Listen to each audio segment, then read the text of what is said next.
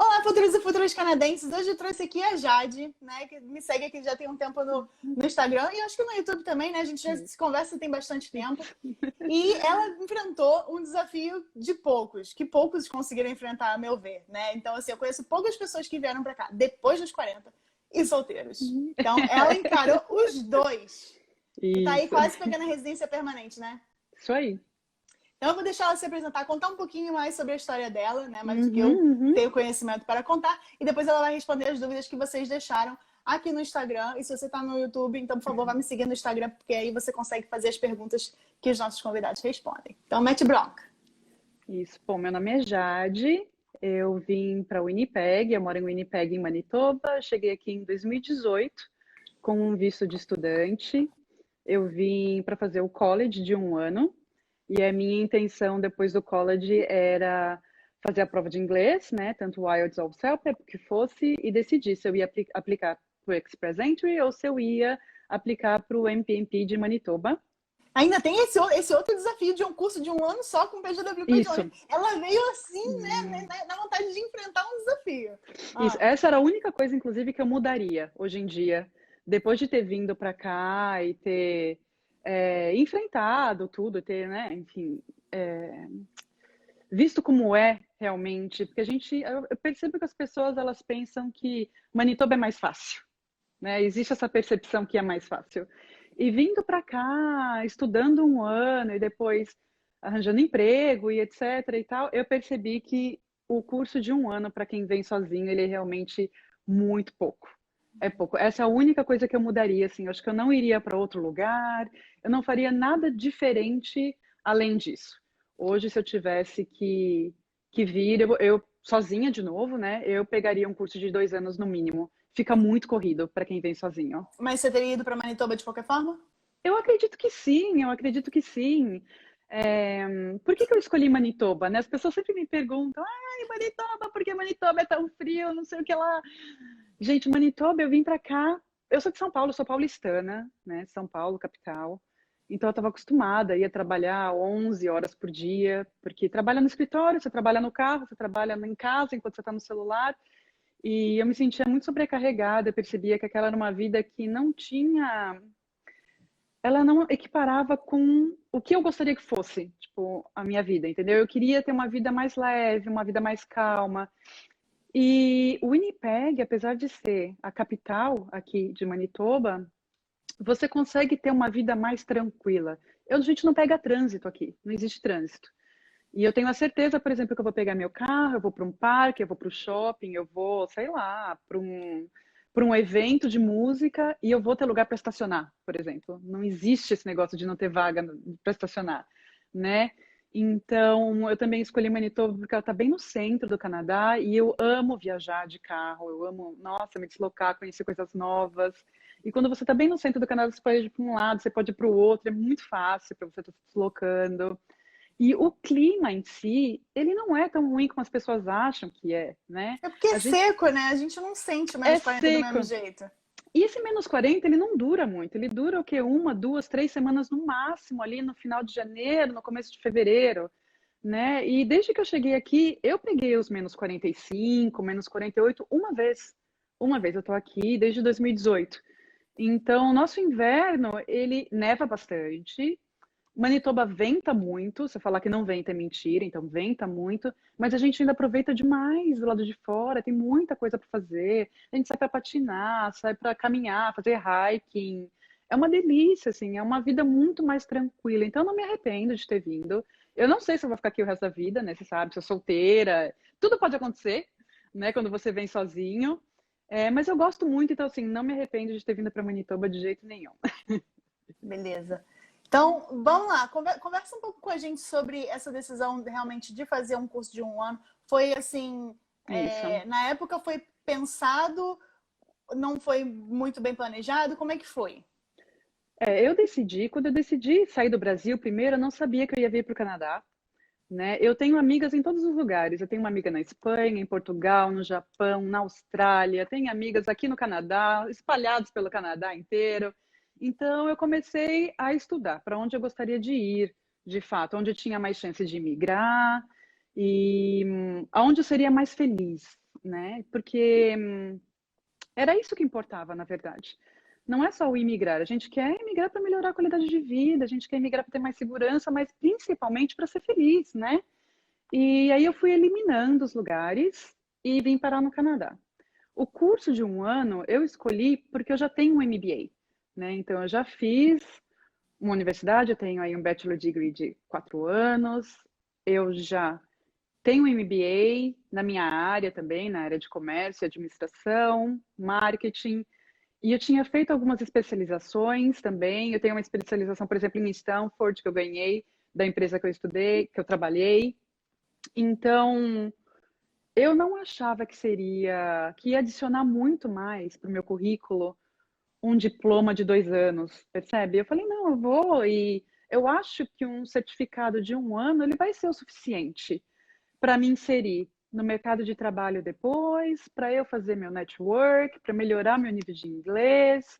Ele vai ser o suficiente. Então, quando eu escolhi fazer, né, estudar um ano, na verdade, eu acho que foi muito mais por cabacice, sabe? Tipo, eu não sabia que eu ia passar o perrengue depois que eu passei. Oh, meu Foi Deus. cabacice mesmo. Mas aí foi, e acabou que deu tudo certo, mas poderia não ter dado, Uhum. né? Poderia não ter dado. Mas deu.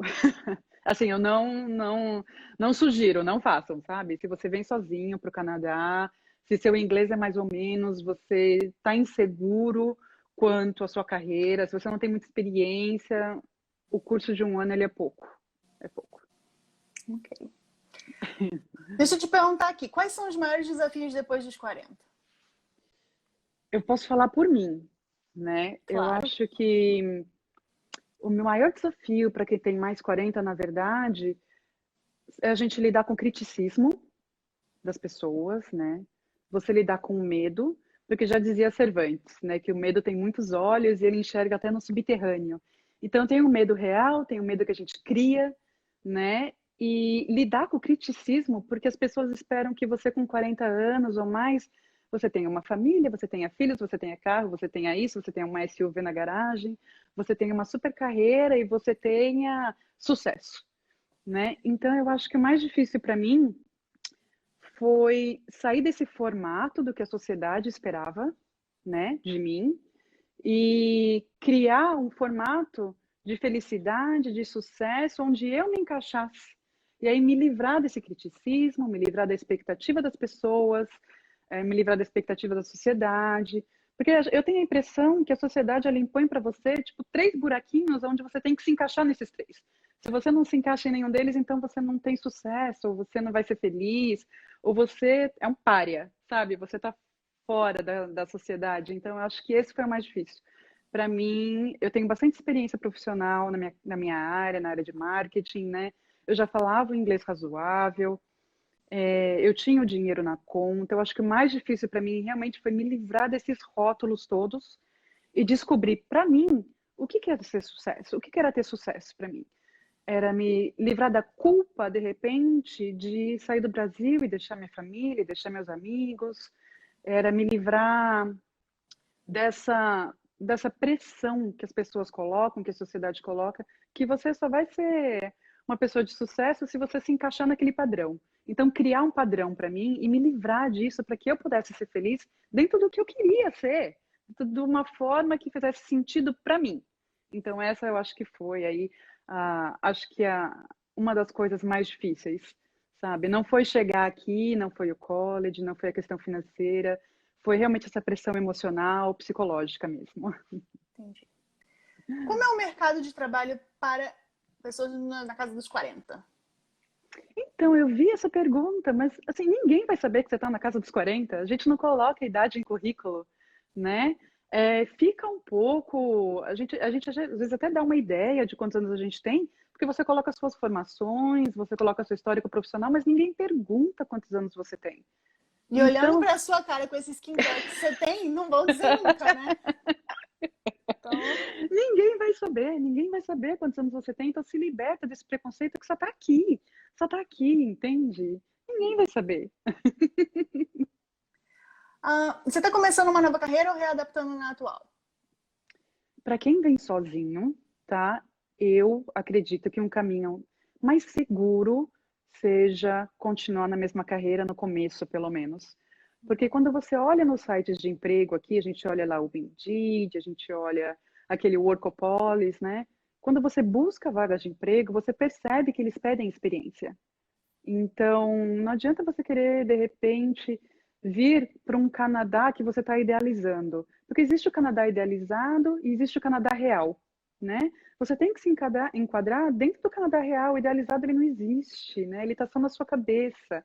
Então, muitas vezes, no começo, eu acho que vale muito mais a pena você continuar onde você está, fazendo o que você está fazendo, e depois do PR você decide o que você vai fazer. Você vai fazer um novo curso, e aí, de repente, enfrentar um novo desafio profissional, mas no começo, para quem vem sozinho, que precisa de uma renda, que precisa de um colchão de segurança um pouco mais largo, eu sugiro que continue fazendo que já tem experiência, percebe?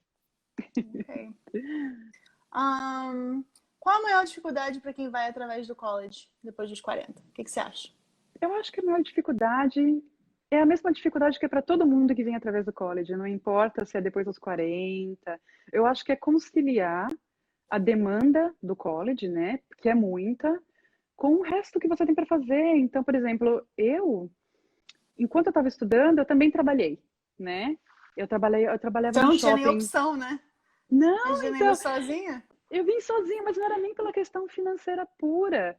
Era porque quando você trabalha, você conhece pessoas, você faz amizade, você vai fazer seu network, você melhora muito o seu nível de inglês quando você se expõe, né? E o meu problema maior, assim, quando a gente fala de inglês, era ganhar vocabulário. Eu tinha gramática, mas ganhar o vocabulário do dia a dia, né? E isso você só não adianta. Você só vai aprender se expondo ao idioma, se expondo à língua, né? E dando a cara a tapa mesmo. Então, eu percebo que a maior dificuldade em relação ao college é conciliar mesmo o tempo com todo o resto que você tem para fazer. Eu tinha muitos assignments para fazer. Eu tinha provas, né? Tinha pelo menos 2 provas por matéria que tinha que fazer. E os prazos eram muito curtos. Imagina um curso de 1 ano que você tem aí, sei lá, 10 matérias diferentes. É uma matéria por mês, 2 matérias por mês, sei lá, não lembro nem quantas matérias eu tive, mas era muita coisa. E aí, prova, assignment, você ainda tem que lavar roupa, você ainda tem que fazer compra. No primeiro ano eu não tinha carro, então eu ia fazer compra na neve, de carrinho, de ônibus.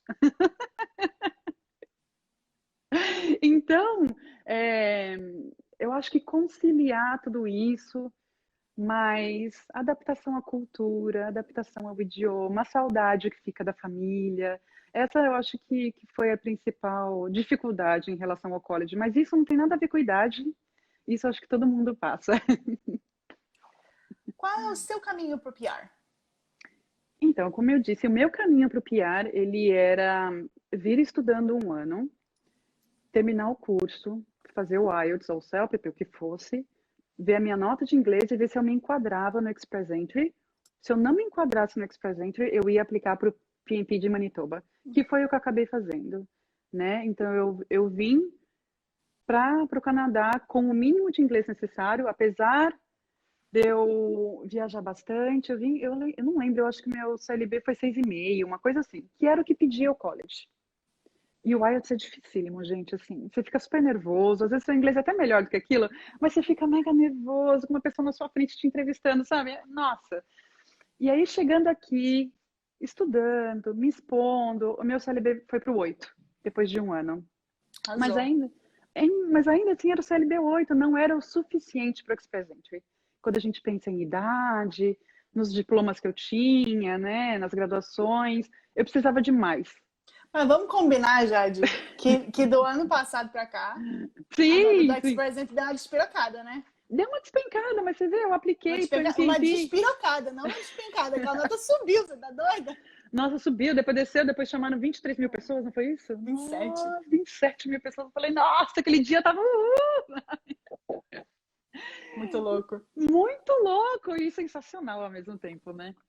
E aí, enfim, então esse foi o caminho que eu fiz, né? Eu tirei CLB 8 e aí ficou na minha mão decidir se eu ia fazer outra prova para tentar aumentar o meu inglês ou se eu já ia direto para o MPP de Manitoba. Assim, a gente nem sabia que ia ter pandemia ainda, né? Então, quando eu apliquei, Eu estava super tranquila que ia dar tudo certo de qualquer jeito, porque só ia demorar um pouco mais, mas ia sair, eu não pretendo mudar daqui.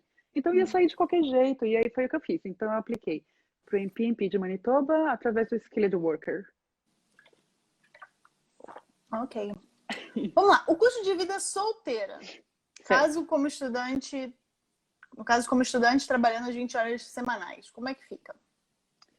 Isso. Quando eu não tinha carro, tá? Porque eu vim, você sabe que eu vim com o meu cachorro, né? Eu e a Bebel. Com a Bebel. Eu vim com a Bebel. Essa Bebel é top model aqui do bairro. Quando eu vim com ela, eu já sabia que eu ia ter que alugar um espaço só para mim e eu também não estava muito afim de dividir apartamento com ninguém, para ser bem honesta.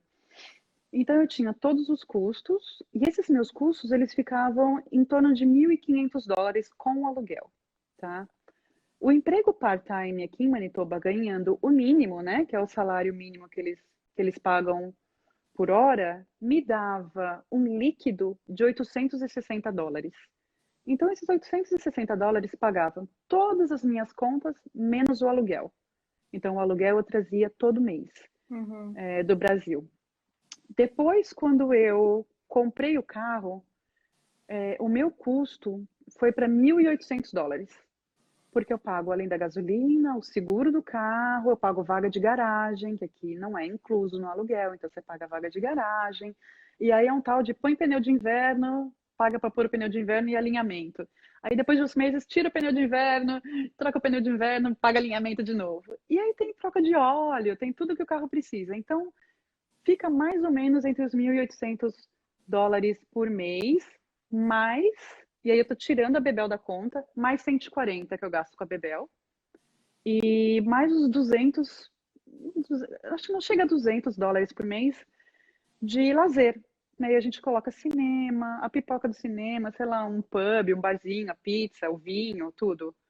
Então fica mais assim, no cru, $1.800 com carro, e 1.500 mais ou menos. Você acha que é estranho voltar a estudar no college com 40 anos? Tem preconceito no trabalho? Eu não acho estranho de forma alguma, mas isso varia muito de pessoa para pessoa. Eu sou uma pessoa que eu sou muito mente aberta, assim, sabe? Eu fui para o college para viver uma experiência completamente diferente. Eu não preciso daquele diploma, né? Eu não precisava daquele diploma. Eu fui porque eu precisava melhorar meu inglês, eu queria fazer network. Então, assim, você vai com uma cabeça bem mais aberta. Então, eu fui para conhecer pessoas, para me integrar na sociedade, na cultura, para ouvir experiências de vida diferentes. Então, para mim, eu não acho de forma nenhuma que foi estranho. Apesar que eu era uma das mais velhas da minha sala. Eu era uma das mais velhas da minha sala. Mas nem isso, assim, eu me senti super à vontade, super confortável. Não senti que em nenhum momento teve um tratamento diferenciado, sabe? Tinha muitas pessoas da minha idade também, não teve isso. Quanto ao preconceito no ambiente de trabalho, é isso? E isso, Ou xenofobia? Preconceito no ambiente de trabalho, certo? isso. Não, não senti nenhum tipo de preconceito. E eu tenho um sotaque muito forte. As pessoas acham até que eu sou do Quebec, eu não sei por quê. É, e eu tenho um super sotaque, assim, não senti preconceito de forma alguma. Quando a gente fala, aí muda, né? A gente estava falando aqui de ambiente de trabalho. Quando a gente fala de xenofobia, agora que é algo completamente diferente, aí eu te digo que tem um pouco. Quando você fala que você é brasileira, as pessoas, mas você percebe que são comentários ignorantes e não maldosos. Né? Muitas das pessoas falam: ah, você é brasileira, então me fala sobre futebol. Eu não sei nem quem tá na seleção brasileira de futebol, sabe? Tipo, eu não sigo futebol. E as pessoas falam: mas você é brasileira e não segue futebol? Cara, Brasil, 211 milhões de pessoas. Deve ter aí uma meia dúzia que não segue futebol, né? Eu sou ainda no meio Eu e dessa meia você, dúzia. ó, já estamos aqui as Não. duas aqui. Então, assim, eu percebo que tem muitos comentários que são generalistas, né, a respeito do Brasil, a respeito da nossa cultura, que as pessoas fazem, mas por ignorância e não por maldade. Aí sim, isso eu te digo que tem. Ok. Ahn, Aqui, fizeram uma pergunta aqui. Qual o melhor programa para emigrar após os 40 com nível básico de inglês? Então, essa pergunta eu escolhi por quê? Acho que não importa. Deve ter, né? Eu não sou consultora, você é, então eu acredito que deva ter. Mas o que que uma pessoa que não fala inglês vai vir para o Canadá para fazer o quê? Porque, assim, qual que é a maior dificuldade quando você chega aqui?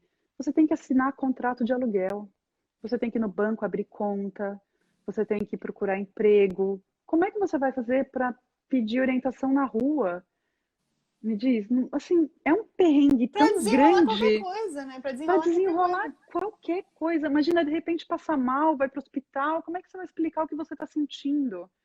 Então, acho que muito mais do que pensar em vir para o Canadá com inglês básico, você tem que pensar como é que você vai fazer para se virar, né? Sozinha. Porque essa é uma live para quem vem depois dos 40 sozinha. Isso. Sozinha, percebe? Então, assim, é um perrengue. Apesar de ter jeitos, eu acho, imagino que tenha 1000 jeitos para você ver como é que você vai se virar, né?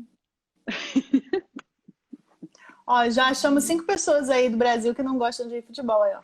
É, galera, Já podemos fazer um clube. fazer um clube. Ahn, o que define sua capacidade laboral no Canadá? É quanto está a sua preparação, idioma e não só a idade? Gente, esquece a idade. É, a Esquece gente esse negócio de. apaga, apaga. Apaga a idade. Ninguém vai perguntar para vocês quantos anos vocês têm. Vocês não vão colocar no currículo isso também. É proibido fazer esse tipo de coisa. Proibido colocar no currículo, proibido perguntar idade, status social, religião. Essas coisas ninguém quer saber. O que conta realmente é a sua capacidade de executar a função para a qual você está aplicando. Então, experiência profissional é tudo, né? E nível de inglês também. Você tem que ter a capacidade de se comunicar naquele idioma para o que você está fazendo, né? Então, não adianta você ter, de repente, anos e anos como gestor de pessoas, mas você não consegue se comunicar aqui no Canadá. E mais, não adianta nem você ter um nível de inglês alto no Brasil. Aqui você vai ter que ter um ouvido treinado, porque tem tanto sotaque, tanto sotaque. Então vai muito mais além do nível do CLB9 que você vai tirar na prova. Vai da sua capacidade de saber ouvir, de entender, de replicar o que as pessoas estão falando, sabe? Então, sim, nível de inglês é importante. E a experiência, eu diria. Com um emprego sustentável, como poupar em porcentagem para sua velhice estável? Essa pergunta ficou muito confusa. Mas se você entendeu, Ela tá tudo bem. ficou, ela ficou, mas ela tem um fundo de medo nela, percebe? Que a pessoa tá, nem chegou aqui e já tá pensando na aposentadoria. E aí eu pergunto, né? Eu vi essa pergunta em algum lugar. Era, o emprego sustentável e a velhice estável. Mas o que para você é um emprego sustentável? E o que é uma velhice estável? O que é para você pode não ser para mim, percebe? Inclusive, eu mudei muito meu conceito de estabilidade, de sucesso, depois que eu saí do Brasil. Eu acho que a gente tem muito mais capacidade de viver uma velhice segura. Vamos trocar o estável pela palavra segurança, né? Aqui. Porque quando a gente olha no Brasil, eu acho que o maior gasto dos idosos, das pessoas mais velhas no Brasil, e eu vejo isso pela minha mãe, é justamente a questão da assistência médica, que é um absurdo de cara, assistência médica particular. Aqui é de graça. Então, assim, e não se preocupa, você vai ter onde morar, você vai ter o que comer, mas o que para você é um emprego sustentável, né? O que que de repente, o quanto você acha que você tem que ganhar para viver a sua vida estável, a sua velhice segura? Isso varia muito de pessoa para pessoa, mas tem no site do emprego do governo, tem uma calculadora lá, não sei se você já viu, no De canadá.ca tem uma calculadora de retirement. Você consegue entrar lá, colocar seus dados, colocar com quantos anos você quer se aposentar, se você vai continuar trabalhando ou não depois, quanto que você tem salvos já, se você quer aplicar aquilo que você tem salvo, quanto que você quer de retorno deles, porque eu vi que acho que o Canadá paga acho que $1.200 o máximo, e eu acho que a média de pagamento estava entre $700 por mês. Então, sabendo isso, quanto que você quer colocar mais, percebe? Varia muito do que você espera para você, do que para você é confortável, né? Uhum. Tem gente que precisa de muito, tem gente que precisa de muito pouco, e aí varia muito, né? Não pense em aposentadoria agora, pense em chegar aqui primeiro, eu diria, sabe? Ahn, e a pergunta para fechar. Para imigrar depois dos 40 e solteira, tem que ser via college? Não, não! Não, não tem, mas aí eu pergunto, qual é a sua pressa de querer vir? O college, ele ajuda muito quando você está aflito, quando você quer sair logo do Brasil, porque eu percebo o college como ele foi uma ferramenta muito importante para mim de network, porque eu vim sozinha, né? Então foi uma ferramenta muito importante para fazer amigos. E eu percebi que tendo um certificado, um diploma canadense, que as pessoas aqui reconhecem, conhecem o college, reconhecem aquele curso que eu fiz, ele ajuda até, né? Ajuda a abrir portas. As pessoas falam: "Ah, você estudou lá e ai, que legal, como foi o curso? Você gostou do curso?"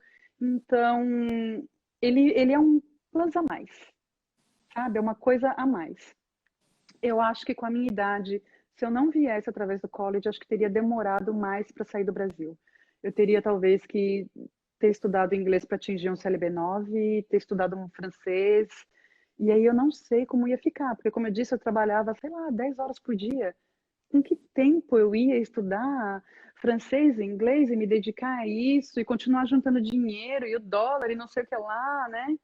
Então, eu tinha pressa, eu podia gastar o dinheiro do college quando eu vim.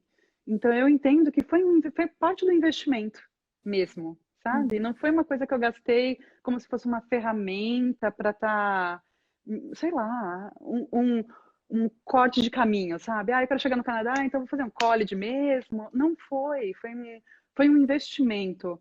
Apesar de ter sido um curso que eu não precisava fazer, porque eu já tinha um MBA, foi um investimento por um outro lado, sabe? Um lado mais social. Eu acho que foi importante. Então, acho que as pessoas têm que se perguntar se elas estão com pressa ou não de vir, se elas têm condição de atingir o CLB que elas precisam atingir do Brasil, né? Tem o Canadá idealizado e o Canadá real, né? Olhem para o Canadá real, esquece o idealizado, né? Olha para o real, sabe?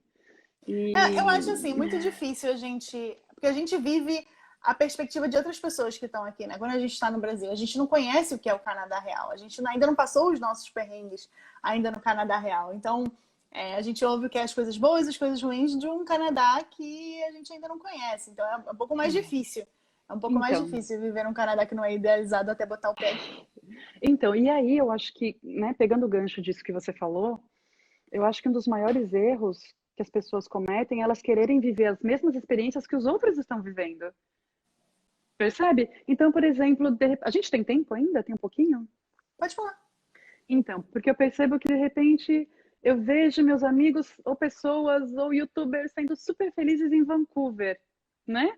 E aí eu falo, putz, é essa vida que eu quero ir para Vancouver de todo jeito, ou eu quero ir para uma grande metrópole. Mas, cara, eu tenho condições de ir? Eu vou ganhar a mesma coisa que aquela pessoa vai ganhar para morar onde ela mora, para ter o mesmo nível de vida. Então eu passo a idealizar uma coisa na minha cabeça que eu não tenho condições, eu não tenho ferramentas para atingir. A gente está falando de ferramentas internas mesmo, né? Então eu idealizo aquela Vancouver que para mim ela não vai ser real. E aí eu vou ficar frustrada, pode ser que minha imigração dê errado e eu vou culpar Vancouver. Eu não vou culpar o meu plano que foi feito em cima da areia, percebe? E a gente tá falando Vancouver, mas pode ser qualquer outro lugar. Eu vejo, sei lá, um youtuber em Toronto que tem uma base, uma vida, é um carrão, e de repente, às vezes não tem um carrão, porque por exemplo, não dou a mínima importância para isso. Mas sei lá, a pessoa viaja de monte e conhecer o Canadá inteiro. Mas eu posso fazer isso? Ou eu vou me estrepar? Uhum. Porque eu não tenho o inglês necessário para ter aquele emprego que aquela pessoa tem, porque eu não vou ganhar o suficiente para ter o mesmo aluguel, o mesmo nível de vida que aquela pessoa tem, eu vou ter que ter uma vida completamente diferente. E aí eu vou viver uma frustração tão grande, porque eu visualizei um Canadá que ele é de outra pessoa, ele não é meu. Então, olhem para o que é possível dentro do contexto pessoal mesmo, sabe? É, quando você se reconhece e você se aceita, é muito difícil você fazer uma escolha errada, né? Mas é preciso ser honesto, sabe? Honestidade com você, honestidade com seus limites. E outra coisa, gente, o Canadá tem tantos lugares, eu nem sei quantos processos de imigração existem. Um bocado. Esquece que as outras pessoas vivem, né? Você pode conversar com fulano, com ciclano e colher informações e daí tirar as suas dúvidas e decidir o que você acha que é melhor para você. O que a outra pessoa vive não é o que você vai viver, né? É uma coisa completamente diferente. Às vezes você ainda pode até viver, mas isso não quer dizer que você vai ser feliz. Que aquilo vai te fazer bem, que vai te completar. É a diferença do viver e sobreviver, né? Uhum. Bom, Jade, eu queria agradecer muito, muito, muito a sua presença. Eu queria agradecer todo mundo que participou aqui. O pessoal está elogiando horrores. A gente bateu mais de 160 pessoas participando aqui da live hoje. Gente, senta o dedo no joinha se vocês gostaram. Senta o dedo aqui no coraçãozinho aqui, em homenagem a Jade, o tempinho que ela dedicou aqui para conversar com a gente um pouquinho. Eu vou deixar a Jade se despedir de vocês. E vocês podem se despedir da Jade também aqui com comentários para ela ler também. E acho que é isso. Ai, foi um prazer imenso participar aqui com você hoje, poder auxiliar as pessoas nesse plano que elas têm de vir para o Canadá. Eu posso dizer que, apesar de tudo, toda a dificuldade, todo o dinheiro que foi investido, eu não me arrependo em absolutamente nada. Estudem muito, sabe? Para que vocês tenham as suas próprias percepções, abram seus próprios caminhos para vir para cá. Esquece o que as outras pessoas viveram, o que as outras pessoas falam dos lugares. Eu sei que Manitoba, por exemplo, é muito criticada, né? O Winnipeg é super criticada, e aí Halifax também é criticada. Gente, assim, Todo lugar, né? Tem seus importa lados que os positivos e negativos. não importa o que os outros vivem, né? Você é uma pessoa única, com as suas características pessoais únicas. Só você sabe o que é melhor para você. Então, assim, colhe todo tipo de informação que você puder e tira suas próprias conclusões a respeito de tudo, né? E eu achei tão bonitinho quando eu li as perguntas que eu falei, os followers da Kitty, o pessoal que segue a Kitty, eles são tão educadinhos. Ninguém fez pergunta sobre relacionamento, por exemplo, depois dos 40 aqui no Canadá. A pessoa vem sozinha para o Canadá e ela se relaciona como? Né? Se relaciona, sei lá, aplicativo, é site, é paquera, é pub. Ninguém perguntou nada. Eu falei, ai, eles são muito educadinhos. De repente a gente deixa para uma live paquera depois dos 40 no Canadá, ó. Porque Já isso dá assunto. Oh, isso dá assunto, vai precisar ser de uma hora. Bom. Foi um prazer imenso. Eu agradeço muito, muito, muito a sua participação. Foi uma live muito bacana. Muito inspiradora, na verdade. E eu vou deixar todo mundo, então, sentar o dedo no joinha aí em agradecimento.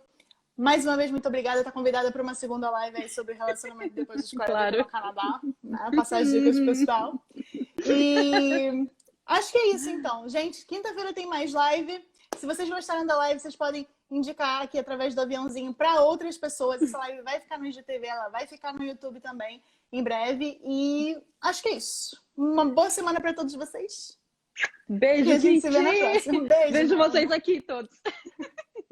Tchau, tchau. Tchau.